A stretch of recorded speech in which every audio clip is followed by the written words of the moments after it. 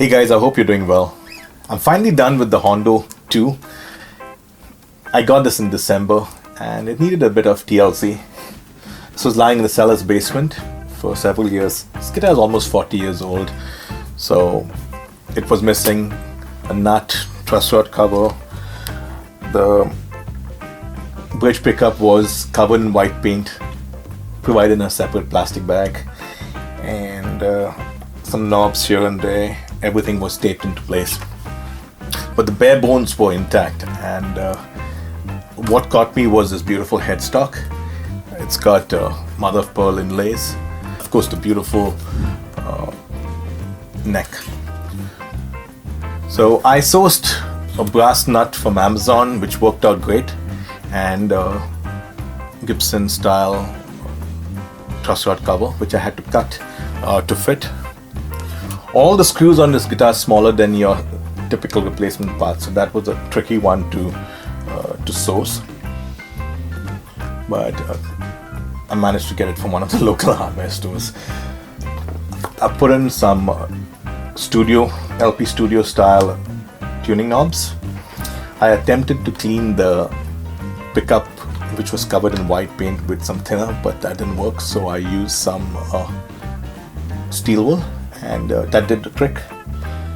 They're both DiMarzio, made in USA, and they sound pretty good for their time. Got a new switch here, and I tried putting a replacement pickguard also, but it was too large, so it sat at an angle and I'd have to drill new holes, etc. It's not worth the effort. And also there wasn't any hole over here that I had to use, so I resorted back to the original.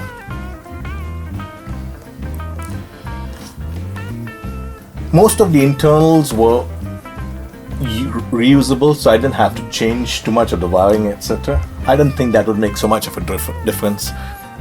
I had a fret that was completely dinged, so I used some solder and fixed that up, and now you can barely tell. So we'll see how long that lasts. From the neck perspective, all I did was give it a thorough clean, and they are a bit worn out, so at some point we'll have to do a refret, but for now they are fine. The tuners are really bad. I have to source some good replacement parts because they are really finicky, and it stays in tune, but it's just that hunting, to get it dead on, that can be very frustrating. And I've set it up right now in D standard, so maybe that's not really right. It appears to be worse than it is. So once we get back to E, I'm guessing it'll get better. Rather than sit and play you some sounds in different positions, I'm going to throw in a track which I did completely on this guitar. So all the guitar parts are recorded with this guitar, with the exception of the last solo, because it needed a couple of bends, and this guitar in D just wasn't accurate enough, so I used one of the others. But for all the other rhythm guitar parts, it was done on this guitar, and I was pleasantly surprised. I mean, for a guitar this old, you can barely tell.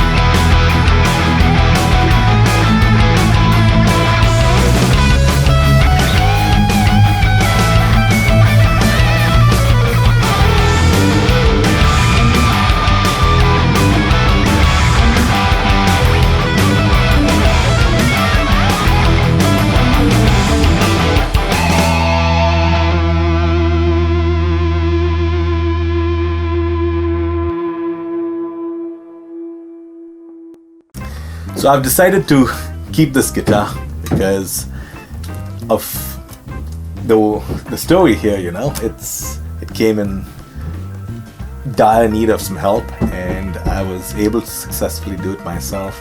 Source all the parts, put it together, set it up, get it back to playing condition, and record a song on it. So I think it's earned a place in my collection. And if you have one of these, drop me a line. Let me know what you thought of them.